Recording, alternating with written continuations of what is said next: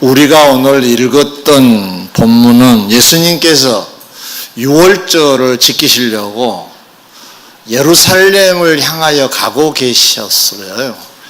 이 가고 계시는 그 도중에 여리고 앞을 지나시게 됐는데 길가에서 한 소경을 만납니다. 한 맹인을 만나는데 이 맹인이 도움을 청하여 주님이 도움을 주셨다.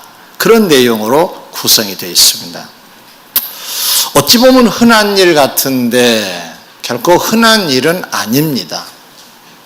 왜냐하면 그 지역의 맹인이 이 사람만 있는 건 아니었습니다.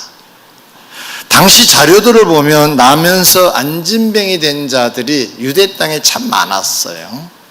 그리고 맹인도 많았고요. 문둥병자 같은 병자들도 많았다고 합니다. 손 마른 사람, 혈류증, 아주 다양한 병을 갖고 있는 사람들이 참 많았다고 해요. 그런 자료를 참고해 보면 오늘 본문의 맹인을 주님이 고쳐주셨다라고 하는 것은 흔한 일은 결코 아니라는 겁니다. 물론 흔한 일이든 아니든 상관없지만 그래도 이건 희귀한 일이다. 이렇게 봐도 좋을 것입니다. 그렇다면 오늘 본문의 맹인이 눈을 뜨게 된 배경은 뭔가 있을 것이다. 그냥 맹인을 고쳐주시지는 않거든요. 그러면 도대체 이 맹인이라는 사람은 어떤 사람인가? 이 사람은 그 무엇 때문에 주님의 도움을 받게 되었을까? 이것이 오늘 우리가 관심을 갖고 들여다보고자 하는 대목입니다. 왜냐하면 우리도 세상을 살면서 맹인 같은 나름대로 소원들이 있습니다. 그 소원들이 언제 이루어질까에 대한 답이 돼서 이 본문의 맹인을 연구하게 됐습니다. 하나하나 살펴드릴 건데요. 오늘 두 가지만 말씀드리겠습니다. 첫째로, 그런 맹인이었지만 인생을 비관하지 않고 절망도 하지 않고 포기도 하지 않고 언젠가 나에게 기회가 올 거다라고 소위 당시 구원자를 기다리는 사람들처럼 그리스도 메시아를 기다리고 있었던 사람입니다. 특별하죠. 35절에 보면 여리고에 가까이 가셨을 때에 한 맹인이 길가에 앉아 구걸하거늘 하다가, 길가에 앉아라고 하는 대목을 조금 확대 해석해 보겠습니다. 이 길가라고 하는 말을 헬라 말로 파라돈, 파라텐 호돈이라는 말인데 이 말의 의미는 가고 싶지 않는 장소에 할 수 없이 가서 지나간 사람들에게 동정을 구하고 환심을 얻기 위한 장소, 이런 의미를 갖고 있어요. 이곳이 이 사람의 근무지였던 셈이지요. 구걸이 직업이고. 재밌었겠어요? 정말로 하기 싫었을 겁니다. 자기 감정과는 관계없이 상대방의 환심을 얻기 위해서 표정도 목소리도 내지 않았을까요? 결코 재미있는 장소는 아닙니다. 그리고 이 길가에 앉아라고 하는 이 앉아라고 하는 말도 원어로 보니까 카데바이라는 말인데 이 말은 시제로 미완료 시제예요. 이 말은 무슨 말이냐 하면은 완료가 되지 않는 일, 그런 뜻입니다. 완료가 되지 않는 것이 어떤 것이냐? 앉아있는 게 완료가 되지 않았다. 이게 무슨 말이냐 하면은 계속해서, 그런 뜻입니다. 그러니까 동정을 사고 환심을 얻기 위하여 말하고 행동을 보이는 이 어떻게 보면 좀 창피하고 부끄러운 일이지만 그 일을 포기하지 아니하고 꾸준히 하고 있었다는 거예요. 근데 왜 꾸준히 하고 있었느냐? 당시 경건한 유대인들처럼 메시아를 기다리는 자여서 그 모든 과정을 인내할 수 있었다는 거예요. 어떻게 할 수가 있느냐? 예수님이 지나가신다고 하는 소식을 접하고 그가 이렇게 외칩니다. 다윗의 자손 예수여, 나를 불쌍히 여기소서. 그럼 다윗의 자손. 구약에 보면 메시아는 다윗의 혈통으로 날 것이다라고 예언이 되어 있어요.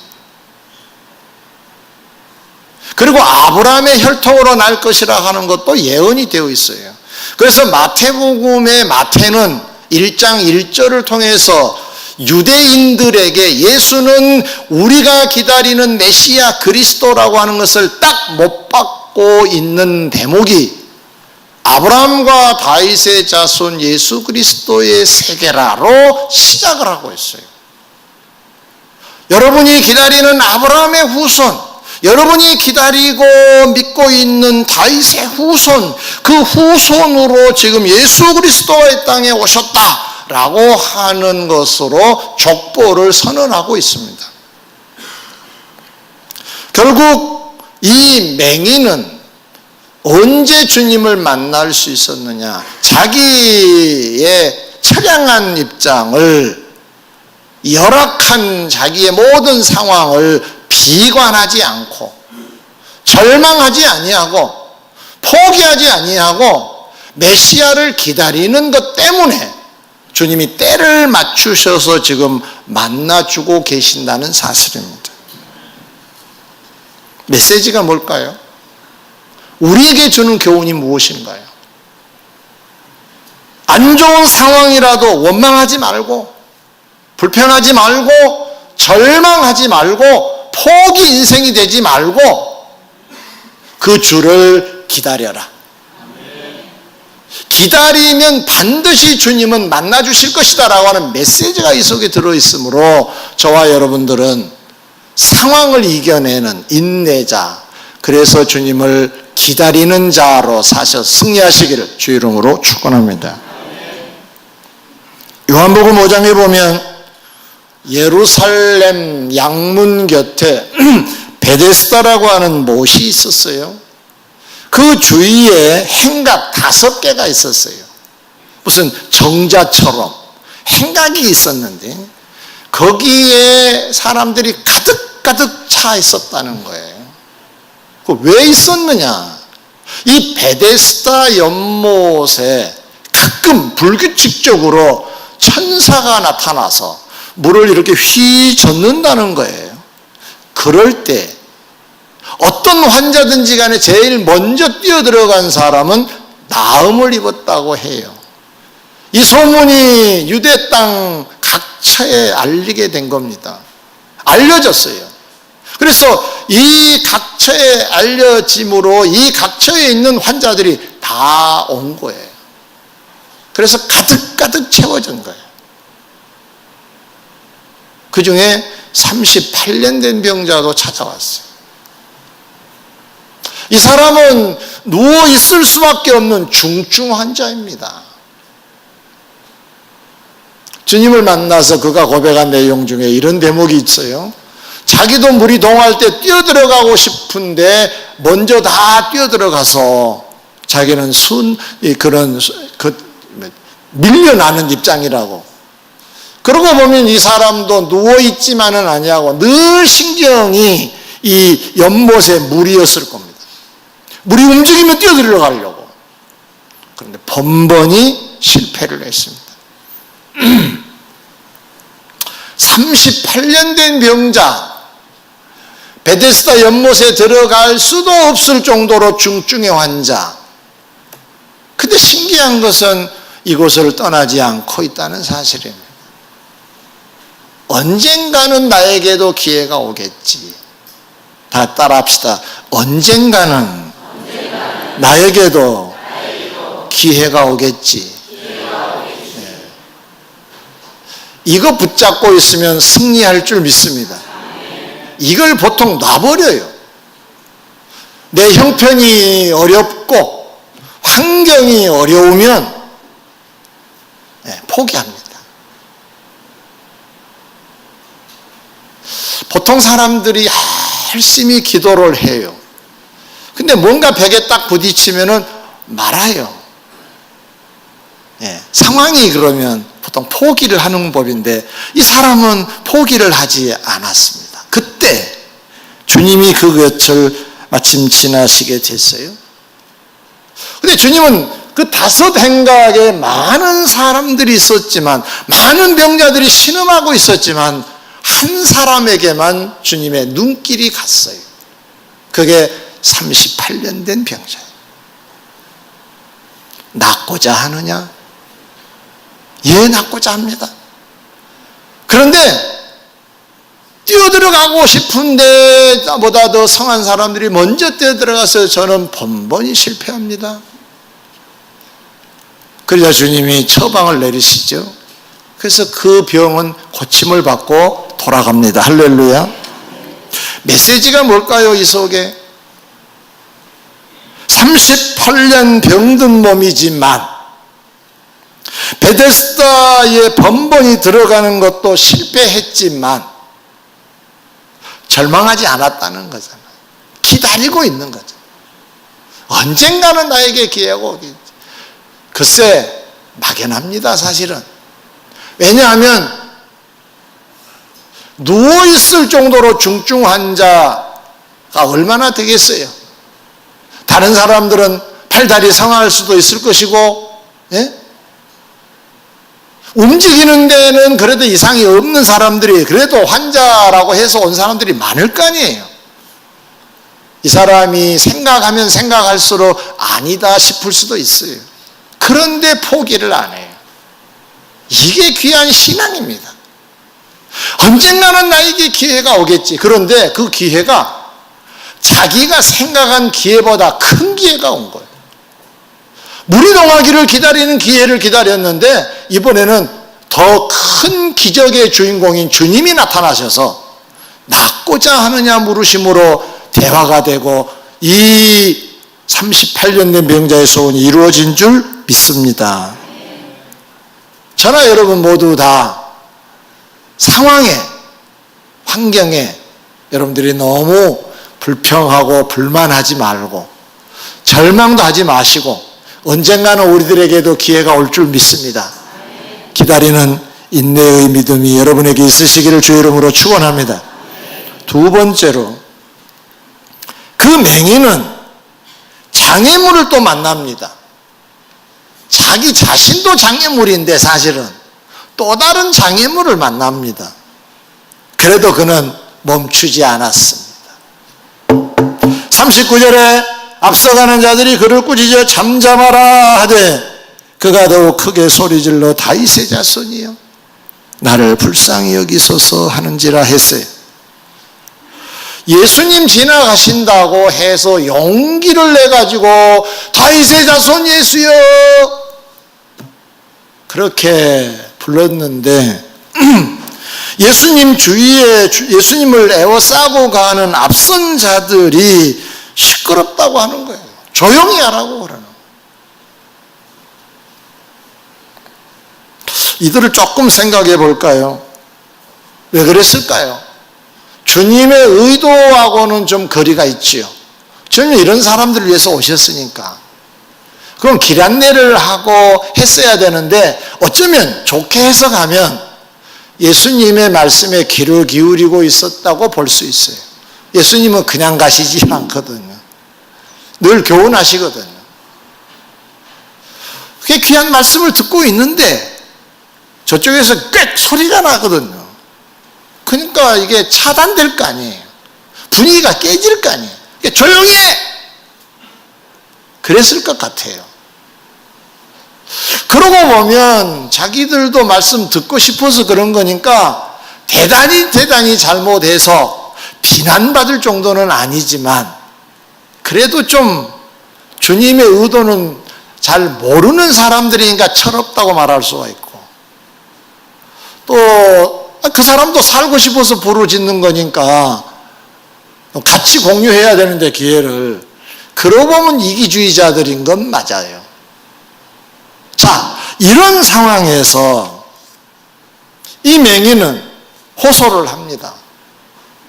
어쩌면 예의가 아니라고 생각할 수도 있었겠지요. 예의가 아니다. 자기가 바라보지는 못해도 눈총 받을 거라는 짐작은 하겠지요. 저 사람들이 나를 경멸하겠지? 거지했다가 소경이었으니까. 그렇지만 그게 그리 중요하지 않았어요. 성공으로 가는 사람들은 바로 이 부분입니다. 다른 사람들을 지나치게 의식해서 내가 해야 될 걸 못 해버리면 성공하지 못합니다. 없는 생각까지도 해내면 자기 길을 자기가 막고 있는 셈이 되는 거죠. 이 사람은 또 호소합니다. 다윗의 자손 예수여 나를 불쌍히 여기소서. 더욱 크게 소리 질렀다 그랬어요. 재미난 것은 이 사람은 장애물 앞에서도 멈추지를 않았다는 거예요. 이게 참 귀한 겁니다. 자기의 열악한 자기의 입장도 비관도 안 했지만 또 다른 외부적인 장애물입니다. 여기도 굴하지 않았다는 거잖아요. 그리고 변함없는 게 하나 있습니다. 예수님을 부를 때 다윗의 자손이라고 부르고 있다는 사실입니다.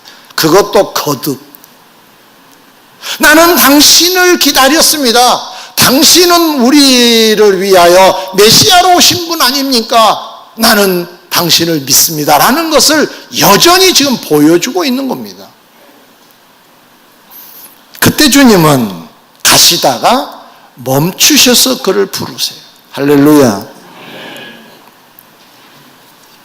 정리해보면 이 맹인은 장애물을 분명히 만났어요. 근데 그 장애물에 항복하지 않았어요. 그것도 극복을 해요. 더욱 소리를 질렀다, 더 힘을 썼다, 그런 말이에요. 종종 우리 성도들을 보면 기도 제목이 특별히 있어서 기도하신 분들이 있어요. 열심히 기도하다가 어느 날 안 보여요. 내용상 들여다보면 포기한 거예요. 실망을 한 거예요. 해도 안 된다. 근데 제가 신앙의 눈으로 바라보면 그 다음에 있을 것 같은데 그 고비를 못 넘기는 거예요. 여러분, 재미난 이스라엘의 역사를 보면요, 애굽에서 나와가지고 가나안이 바로 있지 않았어요. 어디를 통과하죠? 광야를 통과합니다. 광야라고 하는 것은 어렵고 힘든 것입니다. 이걸 지나요. 지나지 않는 가나안은 가나안이 아닙니다. 혹시 여러분들이 뭔가 소원을 가지고 기도하고 노력하고 애를 써서 나름대로 신앙생활을 하고 있어요. 나름 소원이 있어서. 근데 잘 안 돼. 그때가 조심해야 될 때입니다. 절망하거나 포기하면 안 됩니다. 이 고비를 넘으라고 있다라고 생각을 하셔야 됩니다. 누가복음 8장에 보면 주님 공생애 중에 회당장 야이로라고 하는 사람 집으로 가시는 내용이 기록되어 있어요. 왜 가셨느냐? 그게 외동딸이 하나 있었는데 12살. 병에 들어서 서서히 죽어간다는 거예요. 얼마나 안타까운 소식입니까? 예수님이 그 소식을 접하시고 가자. 가세요. 그 사람들이 이렇게 무리를 지어서 예수님을 에워쌌어요. 야이로 집으로 간다. 사람들이. 그런데 가시다가 발걸음을 멈춘 일이 있으셨어요. 그게 무슨 일이었었느냐? 12년 동안 혈류증으로 고생한 여인 때문이었습니다. 그 여인이 예수님 뒤에 와서 옷가를 만졌어요. 그러자 가시다가 멈추세요. 이 사람을 좀 설명해 보면 이렇습니다. 12년 부인병을 앓고 있는 여자, 하혈을 했다. 그럼 당시에 하혈을 했다고 그러면 몸에 피가 있다는 얘기잖아요. 이럴 때는 불결하다 그래가지고 거룩한 곳에 나타나면 안 됩니다. 그리고 대중 앞에 나타나도 안 되도록 법이 되어 있었어요. 그게 못 나와요. 나오면 안 됩니다. 그리고 12년 동안이나 하혈을 했으니까 몸은 많이 망가졌겠죠. 창백했겠죠. 여러분, 사람이 힘이 있을 때 아니야. 피가 그냥 왕성할 때. 근데 피가 그냥 싹 빠졌다. 그럼 힘이 없는 거예요. 결국 힘은 피에서 나온다고도 할 수가 있는데 그 피가 돌아야 되는 거잖아요. 근데 이 여인은 피가 많이 빠져나갔어요. 이 몸을 이끌고 주님을 만나러 온다는 건 불가능합니다. 심적으로 부담이 되고 나는 불결한데 나가면 안 되는데 이런 부담감, 이것도 또 하나의 장벽입니다. 또 하나 장벽은 무리들이에요. 무리들이 그냥 사이사이 끼어가지고 예수님을 싸고 지금 야이로 집으로 가고 있는 중이에요.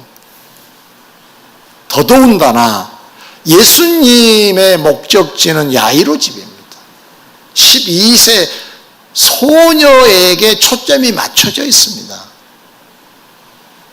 이 여인은 이쪽으로 보나 저쪽으로 보나 관계없는 여자입니다. 그런데 그런 것들을 극복을 해요. 가면 안 되는데 라고 하는 것을 억제를 하고 가요. 그리고 어디서 힘이 남았는지 알 수 없을 정도로 힘있게 무리를 헤치고 주님 뒤에까지 도착을 한 거예요. 이 장면을 우리는 좀 더 신앙적으로 풀어봐야 됩니다. 기회가 이미 저만큼 지나가고 있습니다. 나에게 오는 기회가 아니라 지나가고 있는 기회입니다. 주님이 기회이시니까. 그리고 갈 수 있는 환경과 여건이 안 됐습니다. 이렇게 완벽하게 안 되는 사람도 드뭅니다. 가면 안 되는 여건이고 갈 수 없는 조건이고 포기해야죠. 다음 기회에 혹 내 앞을 지나가시면 내가 그때 부르짖어야지, 그 정도 할 수 있어요. 그것도 양호한 거예요. 그런데 이 여인은 이러한 자기 앞에 놓여있는 장애물을 극복합니다. 왜 그랬을까요? 어쩌면 다시 오지 않을 기회라고 생각해서 그런 입장을 가질 수도 있었을 겁니다. 실제로 오늘 본문의 이 맹인 같은 경우도 그렇습니다. 여리고 앞에 길가에 있는 사람인데 예수님은 6월절 행사차 올라가신 이후에 여리고로 가신 적이 없습니다. 그것이 끝이었던 셈이죠.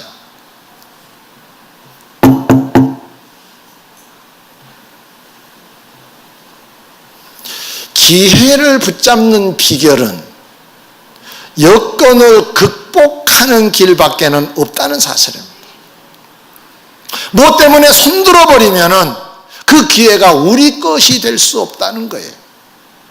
아까도 말씀드렸지만 가나안은 광야 다음에 있습니다. 굉장히 더워서 정말로 다들 힘이 든 지금 계절을 보내고 있습니다만은 내일 모레가 절기상 입추입니다. 예언 아닌 예언을 한다면 조금만 있으면 쌀쌀한 바람이 불 겁니다. 용한 예언자가 될 수 있겠지요. 가을의 열매는 뜨거운 여름을 통과해야 그 열매가 탐스럽게 맛있게 익어갑니다.